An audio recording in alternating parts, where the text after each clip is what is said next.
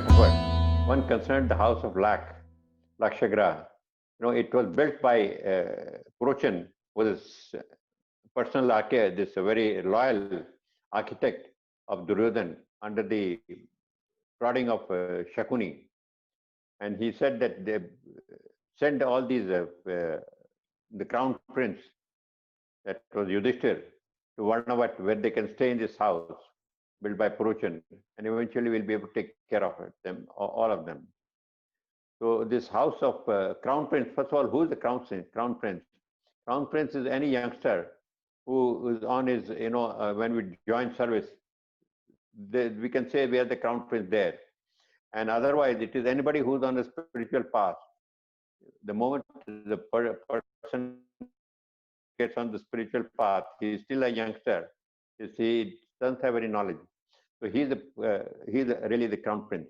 Prochan really stood for complete ease, absolutely at ease, absolutely at peace with yourself and carefree. And Laksh referred to the sealing wax. We all know from old time, of course, the youngsters may not know. But in the earlier days, I think about 30, 40 years ago, when you had to send a registered parcel or registered post, then you required sealing wax, which was red in color, generally square in shape like a pencil, which when you melt it, it would melt, and then you had to apply over that your letter or something and put a seal over that. So that was the sealing wax. But that lakh also meant 1 lakh rupees in money terms, 100,000. In those days, 100,000 was a huge amount, and it meant that all your life you keep on not all your life. These demonic traits within you, when you start venturing on your journey towards divinity, then these demonic traits, they try to bribe you, they try to bring you down as in various many ways. So initially they start with something like small gifts. With these small gifts, then they incrementally they keep on increasing bigger gifts. Then they perhaps invite you to a lunch, then maybe to ticket to a cricket match or to concert or something. Till eventually you become so at ease with them that you cannot see the danger signs, and you cannot. You start trusting them so much that they take you completely off guard. In fact, even when you're older, then too, it happens that most of these spies, they work in the same principle. They put you at ease, and then they ruin you completely. We all know the case of course, it happened some several decades ago of Profumo, Lord Profumo, and Christian Keeler, how she had become his mistress, and she used to steal all the different secrets from him. That was a spy. So this kind of thing keeps on happening in the house of lack, and that if you are not careful, then you may be destroyed. But if you are careful, if you get an inkling, if you are, then you can burn that house. Beam did that. Beam stands for, somebody asked me that last time, why is only Beam is doing, is there any significance of Beam burning that house? Yes, the significance is, the Beam stands for yearning for God and perseverance. So if you have got great yearning, then you'll be able to destroy and remove all these, these bribes which are given to you, that will have no effect upon you. This was the first of the 3 important metaphors that we had come. After this, the Pandavas, they escape through the tunnel, and then they go to a village called Ekchakra. Ekchakra means 1 confusion. There they live there they find shelter with the Brahmin. Unfortunately, there used to be a man-eating demon called Bakasur. And this Bakasur, the understanding with the villages was that once a year, the village would send a live human offering, because he would consume the human. And along with his lunch had to be given every day. But once a year, they had to give a live offering of some human being. So that time, it was the turn of that Brahmin who was their host. But instead of the Brahmin going there, Kunti managed to send Bhim, and Bhim killed the Bakasur, the demon Bakasur. Now, this is a metaphor. What does this Bakasur mean? Buck is a heron, a bird, which keeps on chattering continuously. Turr, turr, turr, it keeps on doing that. And this, so one of the things that the first demon which a person on a spiritual path has to destroy, that the crown prince has to destroy, is this excessive talking. Bakasur means excessive talking. It also in spiritual means matters. It means the chattering mind, the ever chattering mind. Why is the excessive talking uh, not good?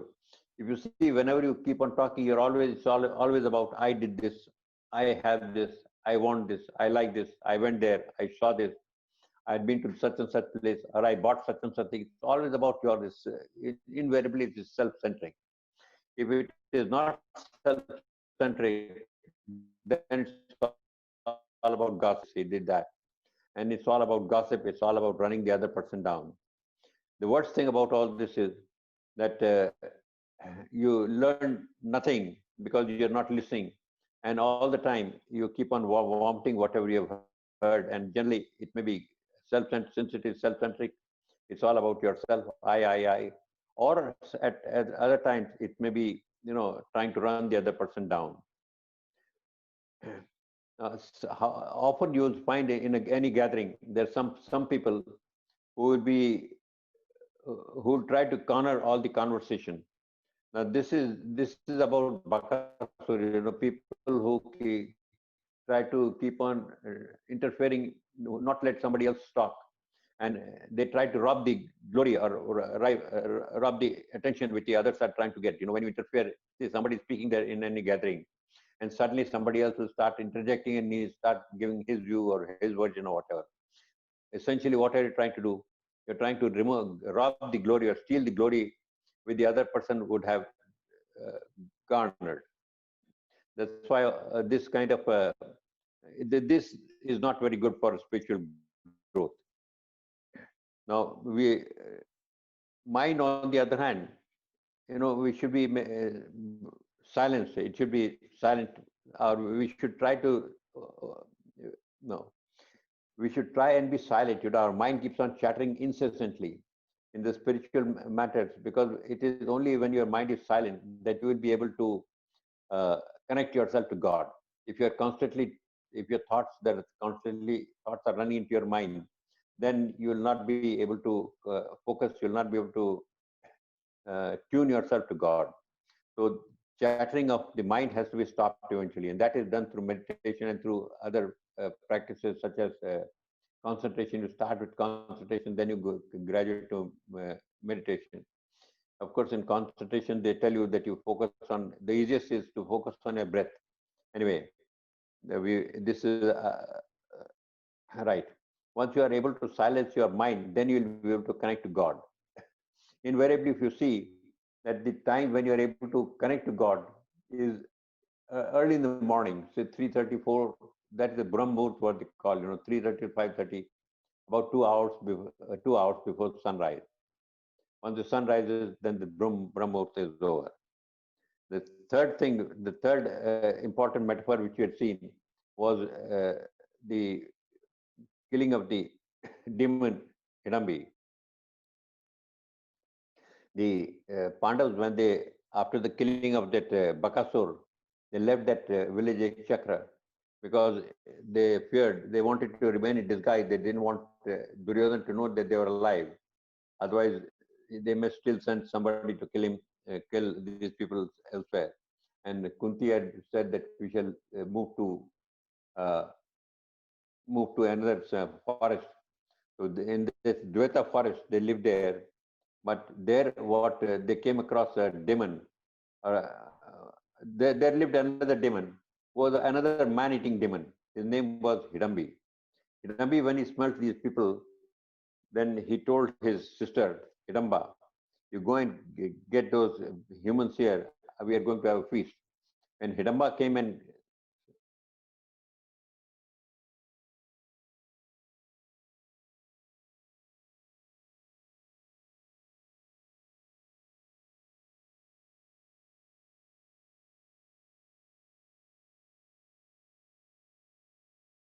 all the humans, he got very angry and he started attacking Bhim. Bhim, of course, was very, very powerful. After some time, he managed to kill the demon Hidambi. the the sister Hidamba then was very upset because she didn't expect that her brother would be killed because her brother was the one who was to provide for her. So she appealed to Kunti and told Kunti that, look, my brother has been killed now. Who's going to provide for me? So you must ask your son to marry me. So Kunti saw the logic of it. He said, yes, it's only proper that you take care of your brother. Since your brother is no more, Bhim should take care of you. And they got married. And through Hidamba, Bhim had a son called Gatotkaч. We'll come to that later. So these three, the metaphor, Hidambi or Hidamba, refers to attachment. See, the thing is that you don't want to get yourself attached to anything. Hidambi was a demon who was killed, but Bhim ends up marrying Hidamba. What does it mean? It means that while you have successfully avoided attachment to one thing, you get attached to somebody else, something else also. Attachment can be to anything. It can be to something which is called possessiveness. It can be to some ideology, which can be dogma. It can be to some sensual pleasures, which can be indulgence, or it can be even habits, addiction. It can be to people, which is infatuation. So all kinds of attachments are there, and all these attachments, they are a great hindrance to our spiritual progress. But the greatest of the attachment, which we don't even realize, is our body. We are attached to our body. We don't appreciate that the body is not us. But when we get attached to body or attached to anything, we leave a part of our identity with that. When you have that identity, then of course, when that thing is destroyed, you feel you are also being destroyed. That is the reason why most of us, although we may be thinking that we may be knowing that you don't really die, yet since our identity is with the body, at the time of death, invariably there's a little bit of fear that that you're leaving behind. That we know that we can't take anything with us. Our money will be left here, the house which you have built left here, the cars and all the other properties which are there will be left behind. But mostly we are mostly scared about the fear is about our body. We are so identified with ourselves, with our body, that leaving the body behind is the greatest fear that we have. Not merely the fear of the unknown, but leaving the body behind. Now, these three metaphors were there, which we had discussed last time. Today, I'll skip over the various the story of the Bhanumati, the Duryodhan and Bhanumati. Duryodhan was the crown, not the crown prince, but he was the eldest of the Kuru brothers, and he got married to Bhanumati. But all that portion I'm skipping, and I'll come to the Draupadi swayamvar. Now, if you recall, Drupad had been beaten by Arjun when Arjun was asked to give Guru Dakshina. Guru Dakshina demanded by Dronacharya, his guru, was that you go to Kampilya, battle with Drupad, defeat him and bring him back here. So Arjuna did that. Arjuna went there and he fought with Drupad. And his army was led by Shikhandi. But Shikhandi was defeated. Drupad was defeated. Arjun managed to capture him, find him, and bring him back to Guru Dronacharya. This was a metaphor where it meant that Arjun, who had complete master of all his senses, he was able to defeat Drupad. Drupad meant somebody or one who thinks that the body is the only thing and there is nothing other than the body. There's nothing like God or whatever. Now, when he has defeated Drupad, it means that he has conquered this thing. Now he knows that, okay, you're not only the body alone, but you're something else in addition.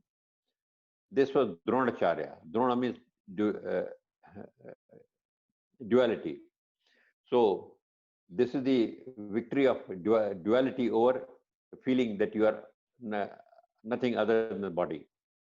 This was the meaning of that little metaphor. Now, Drupad was still very upset with the defeat, and although it had been foretold that Shikhandi would one day defeat Bhishma, but since she had been beaten by Arjuna itself, Drupad felt that there's no way she will be able to defeat Dronacharya, and therefore he had performed a little yagya in which emerged two beings. One was Draupadi, a dark, very beautiful, dark young woman, completely in all form, and the second one from the same yagya appeared a young man who was Drishtadyum, a brilliant young man, Drishtadyum. Draupadi stands for the human body, or the human being, not the human body, the human being, and or the human body also. And Drishtadyum stands for wealth of vision, knowledge of the one who has vision of the future, of what who truly you are. Now, Drupad, since he was still smarting under the defeat by Dronacharya, wanted to avenge his defeat. So he decided that he'll get assistance of Krishna. The, so he wrote to Krishna and invited him from Dwarka to Kampilia. Krishna came over, and then when he came over to Kampilia, then Drupad made a proposal that he'd like to get his daughter married, Drupad, he'd like to get his daughter Draupadi married to Krishna. Krishna immediately sensed what was his real motive. So he told him, no, I'm a king of only a small kingdom at Dwarka, and I will not be able to really help you in overcoming Dronacharya. Since you want to overcome Dronacharya, it will be better to get the services of a very powerful and capable archer like Arjun. When when this Drupad heard the name of Arjun, he was immediately very upset and angry. He said, "I'm glad he's dead. Let him remain dead. Don't talk about Arjun." Then Krishna told him that no, don't condemn Arjun. Arjun had nothing against you. He was just following the orders of his guru. And since the guru wanted him to be captured, it was part of his guru dakshina. So you don't have any grouse against Arjun. Neither has Arjun any grouse against you. He's a very capable person, and he's the kind of person who will be able to help you in avenging your defeat. Then now Krishna was one of the very pragmatic people there at those times, and almost every king in the land of Bharat was well known to Krishna, and Krishna used to visit all of them and give his advice. So advice was sought by most of the kings in the land of Bharat. So that is why he was quite a frequent visitor to Kampilia also. And in Kampilia, that where Draupadi lived, Draupadi was in fact in very good terms with Krishna. And when she heard, however, that her father proposed her marriage to Krishna, she was a kind of little, uncomfortable, wondering, okay, she is a very good friend of mine, but I wonder how would I be as his wife? I'm not very sure about that. Nevertheless, when Krishna had refused, not refused really, told the Drupad that he will not be able to marry, it is not, Krishna would not be a good suitor or a good husband to, uh, or will not be of much use to Drupad in, in getting rid of Dronacharya. So he has better look for somebody else. So when his proposal was rejected in a way, Draupadi was a little upset. But then Krishna went up to her and then told her that no, you don't have any cause to be upset with me. When I have said no, there's a particular reason. One reason is that I always view you as like myself. You see, that's why I called you not Draupadi or Panchali. I called you Krishna. Krishna is my own name, only the feminine form of my name, Krishna. Whereas I'm Krishna and you are Krishna. So I always consider you as a part of, as me. And secondly, I'm a good friend of yours, and which of course Draupadi knew because whenever Draupadi wanted his assistance, somehow he used to be mysteriously always present. So with these two things, she was little satisfied. This little metaphor is here. Krishna, Lord Krishna, when he tells Draupadi, I see myself in you." When she told him that I can't get married to you because I see myself in you. What he meant was that every human being is in fact divine. All of us are divine beings. And that is what Krishna was trying to tell Draupadi, that you are a divine being. Secondly, Lord Krishna told Draupadi, look, I'm a good friend of yours, and I'll always remain a good friend of yours. So you don't have to worry about anything. This, of course, Draupadi had experienced a couple of earlier occasions whenever she wanted his help. Somehow he used to be mysteriously present. So she was very reassured on that point. Krishna was dark. The Draupadi was dark. Dark like Krishna. Krishna was also dark. Darkness stands for something mysterious. And the Lord is always mysterious.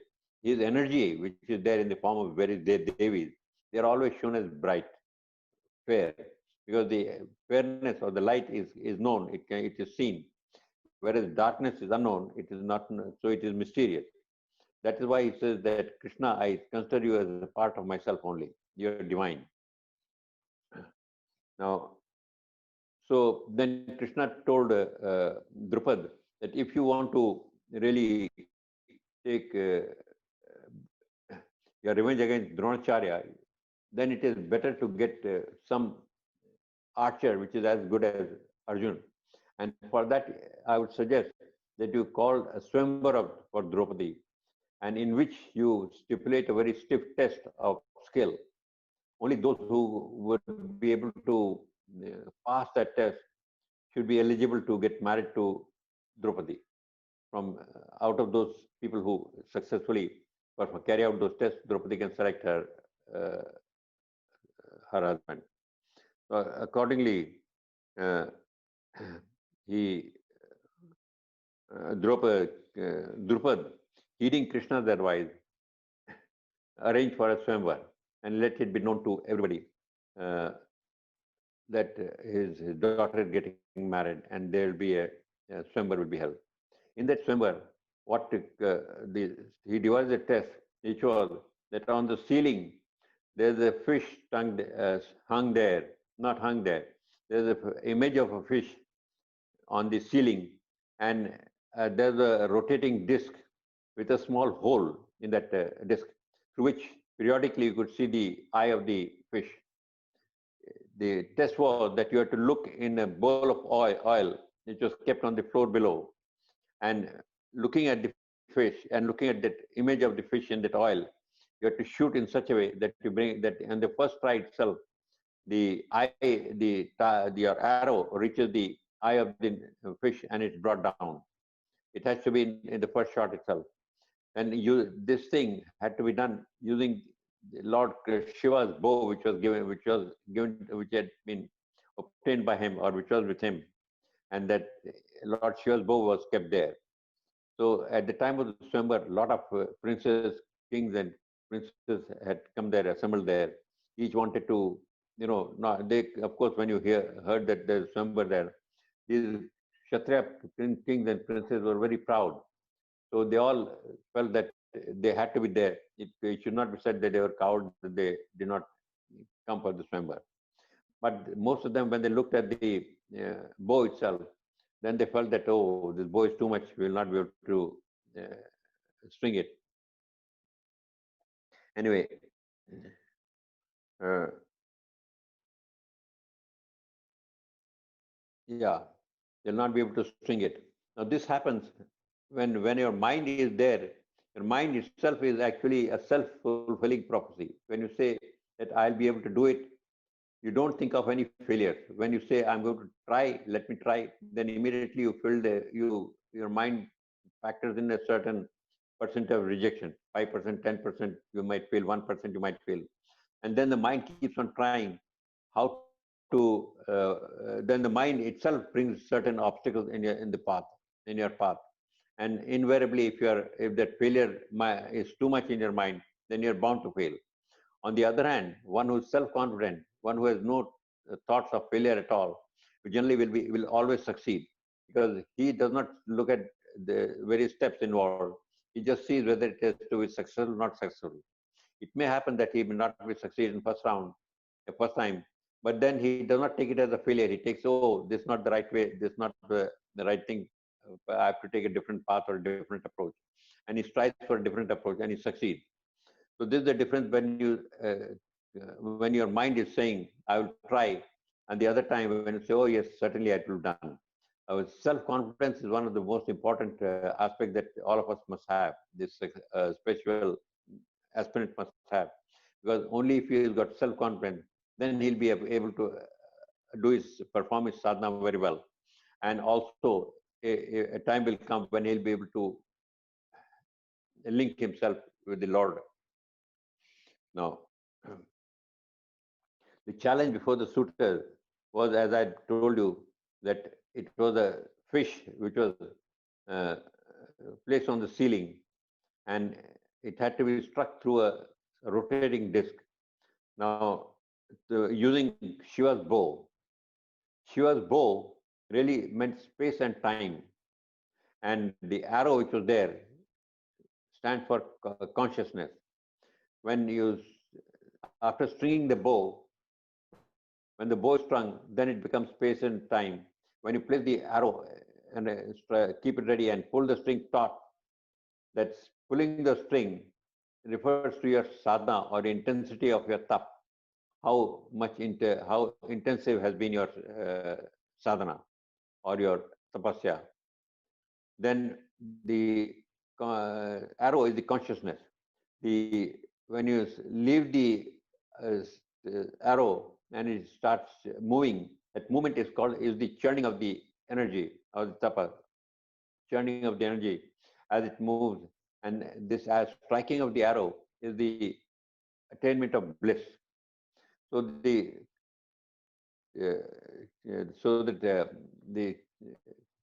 challenge before the suitor in that swayamvar was this metaphor. This metaphor, not that you just could bring down the fish, but the metaphor was that through all space and time, the suitor would be able to attain bliss. This is what, in fact, what every father looks for, that she gets a son-in-law which is able to take care of his daughter, so that along space and time, wherever she is always remains in bliss. And this comes with self-confidence. Anyway, when now, as I'd mentioned, that a lot of kings, they were there, and each were contemplating his chances. Well, so one by one, eventually, after Drishtadyumna, who was the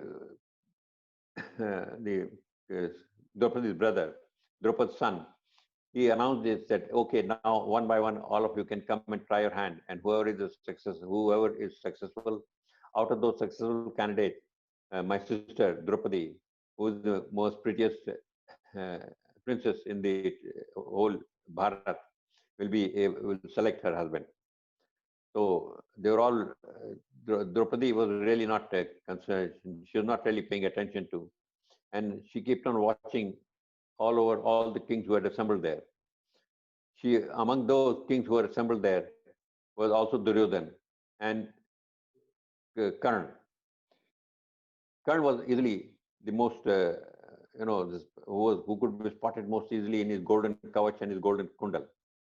And he stood out amongst them all. None of the others had this golden kavach and golden kundal.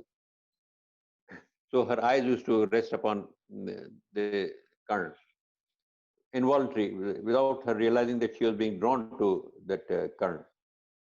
But her brother, who was by her side and who used to watch her very intently, did not miss out on what she was experiencing. Anyway, when one by one the kings came there, they tried their hand, and but they all failed. Some could not lift the bow. Some managed to lift the bow, but they could not string it. It was too heavy or too stiff. The others, most of them fell down. Some fell down also. Anyway, they were all Kshatriyas, so they took their failure in stride and came back to the sea. Duryodhan also tried. Duryodhan too failed. And finally, Karna decided that, okay, Duryodhan, since Duryodhan also failed, let me go take my chance. Karna was one of those who was tipped to be a successful, who tipped to be successful. He went there to the table on which this Shiva's bow was placed there, and he folded his arm, joined his palm, said a few prayers, and thereafter he took a round of the parikrama, what they call circumambulation, ambulation of that bow,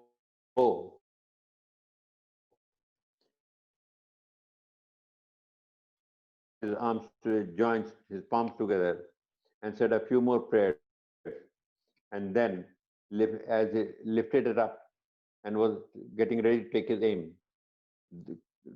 Drishtidum, who was watching his sister intently, by this time, of course, Draupadi had become very tense, and she was watching uh, uh, Karn. But she was not only tense, she was very attracted in a way. But when Drishtidum saw this, he immediately quietly mentioned to her, Angaraj Karn, son of the charioteer uh, Adirath, Sutputra. So she chanced to look at Krishna that time, and Krishna was, she was shaking her head like this. So immediately she galvanized her, and breaking the silence of the assembly which was there, she said she would not accept Sutputra for a husband, even though a king he may have been crowned. That, of course, it meant that there's no point in Karn even attempting to it. So Karn came back very dejected and sat down next to on his seat next to Duryodhan. He was not really upset at being rejected because he knew the last word on the selection of the king as a husband rested upon the girl, and it was girl's privilege, the woman's privilege, princess privilege, to say yes or no. And in 99%, only in one case out of the everybody was this, she say yes. In all other cases, she had to say no. So this did not hurt him. What hurt him was that he could not prove himself again. If you recall, at the time of the games, at the end of the games, when Arjun had given a sterling performance, when Karn went there, and he also gave a similar performance. In fact, he did one better. He wanted to challenge Arjun, but he could not challenge that time because his rules were, or the tradition was that he had to be of the Kshatriya caste and to be a prince himself or a king. Now that he had become a prince, once again he was not allowed to demonstrate his ability because before he could do that, Draupadi had said she was not willing to get married to him. So he was very rejected. But nevertheless, if you recall, Draupadi was very drawn to him. Why was she drawn to him? See, Karn had a golden kavach. Golden kavach, like I mentioned earlier itself, stood for uh, innocence. An innocent child, first of all, he does work out any past. He does not work out of any past. He's always geared for the future. And he is always very confident. There's nothing like failure for him. He does not know what failure is. In his mind, everything is possible because he's still connected to divinity. Everything is not only possible, nothing is impossible. And whatever the challenge may be, it can be uh, it can be negotiated, it can be successfully met. That is why, if you see, whenever you come across a child less than 4 years old, invariably you're drawn to that child. That is because of his innocence. So Karn was like a child, absolutely full of innocence, and he was drawn but towards everywhere. Everybody was drawn towards Karn. Nobody disliked him, although he was in bad company. Yet it was his innocence. And his innocence is one which also gives him self-confidence. So he was always brimming with confidence, like Arjun. Arjun was brimming with confidence because of his abilities. This fellow was also very able, no less than Arjun, but he, in addition, had that self-confidence, and he had that golden kundal. Golden kundal was the voice of conscience. So whenever in company of Duryodhan, Duryodhan would commit anything which was not, dharmic or which was not right. He would point out to Duryodhan, this is not right, you should not do it. But he had been sort of sold to Duryodhan, so he could not part company with him. Anyway, when Karna had been rejected, then none of the other kings could manage to bring down the target, or so that the competition was thrown open to everybody. Then when it was thrown open to everybody, then out of the oh, I didn't tell that. Anyway, I hope you people know all the story. Then among the Brahmins were sitting these five Pandavas. These five Pandavas had come there earlier on the advice of sage Vyas, who had told them that, look, there's a Draupadi is holding a swayamvar for his daughter, and all of you should go there and try to win the hand of Draupadi or Panchali. But you will have to pass a stiff test which is placed there. Now, what is sage in this is also a metaphor. Now, these five brothers who were asked to go there to the swayamvar represent five traits. Yudhishthir represents righteousness and truth. Bhim represents perseverance and yearning for God. Arjun represents selflessness and flawlessness. And then Nakul represents alertness and focus. And Sahadev represents tenderness and awareness. So these five people represent so many different kinds of traits. But a trait is a trait, it's just an adjective, it's a word. It by itself it is nothing. However, when these traits are applied, or any trait is applied to a thing or a person, then that person or thing becomes valuable. You may like it or you may not like it, is a different issue. If they are all positive traits, you may like it. If there are some negative traits, you may dislike it. But it is of value, then you can consider that. In this case, Draupadi is the human being or a human body, and when this human being acquires these these traits, which represented by the Pandavas, then they become very desirable. The whole human being becomes desirable. Then that human being becomes divine, and now that divine human being in a vehicle called the human body or a human being, he will be able to move towards divinity. So that is what sage Vyas was mentioning or had told them, that you better acquire this human being or the human body, so that they see, remember, all these things going on within us. It's not something external, although you will picture external also, but all this is going on within us. So with these five traits on the human being, we become divine, and we will be able to identify ourselves with divinity. That is what Sage Vyas has mentioned that. So these five brothers had also gone to Campilia to take part in that member. So when after the kings, none of the kings had succeeded in bringing down the target, then out of these stood up one Brahmin, and he walked toward that table where the bow was kept there. Now, when he walked toward the table, as he was walking, you could hear distinctly lots of murmur from the Brahmin camp. Half the people were very upset that this fellow was going there, a Brahmin who would make a fool of himself. The other half felt very confident that no, Brahmins have got a lot more power than Kshatriyas. They were aware of lots of mantras, etc. And he would certainly succeed where the Kshatriyas failed. Anyway, they kept their, the murmuring was continued till such time as Arjun, who was in disguise there, he reached uh, the table where the target was there above on the ceiling. So he looked at the that bow, joined his palms together, said a few prayers. Then, like Karn, he went round the bow once, and then he's again, like Karn, took a arrow, placed it aside, and once again he joined his palm, said a few more prayers. Then he lifted up the bow and the arrow, and first he lifted up the bow, and it seemed as if the bow had lifted itself. Then he strung that bow, got it ready, took this arrow, and again, like Karn, got ready to shoot the at the target. But this time, nobody questioned him, and and this as he steadied himself, the pin dropped silent. When he let the shaft off that arrow, he shot the arrow.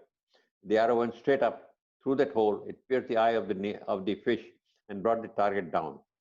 Now there's a big commotion there, both in the Brahmin camp, where a lot of those people were very happy, but there was little,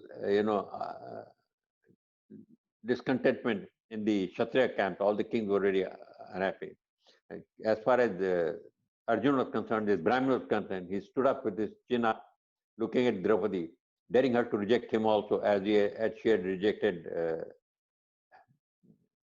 Karn earlier, Angraj Karn. Draupadi was a little confused. She didn't know what to do. She looked at her brother. Her brother also looked confused, unsure of what action should be taken. Should he be rejected or should be accepted? Draupadi then looked at Krishna. Krishna was smiling, and even as he was smiling, a tray with the nuptial garland was brought before her. He looked at Krishna once again, felt reassured, took that garland, and walked up to that victorious Brahmin and placed the garland around his neck.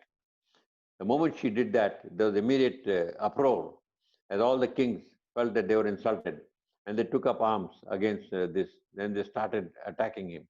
But this Brahmin had support, and from out of that box where the Brahmins were seated, came out another couple of Brahmins, and between them, they managed to hold the other kings at bay. Then Krishna intervened. Krishna said, "No, no, on such a solemn occasion, you can't take up arms. You're a guest here, and it does not behove uh, kings on to take up arms, especially in view of the fact that we have all seen that this Brahmin does have merit. He is capable. If he is capable, that's all he has demonstrated. We have to honor it rather than fight it."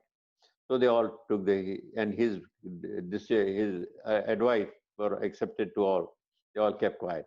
In that brief lull which took place, uh, what's his name?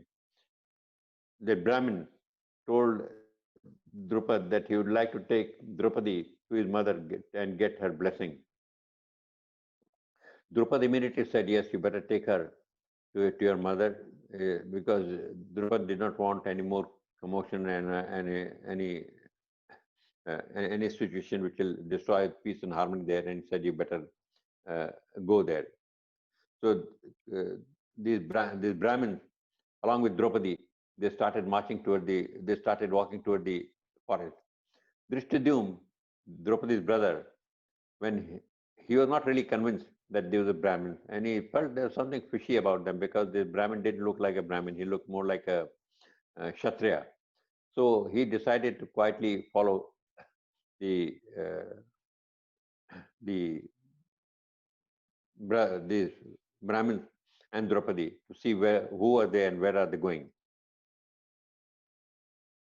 Okay, I think I'll end here. It's become 8:15 already. We will continue this a little further.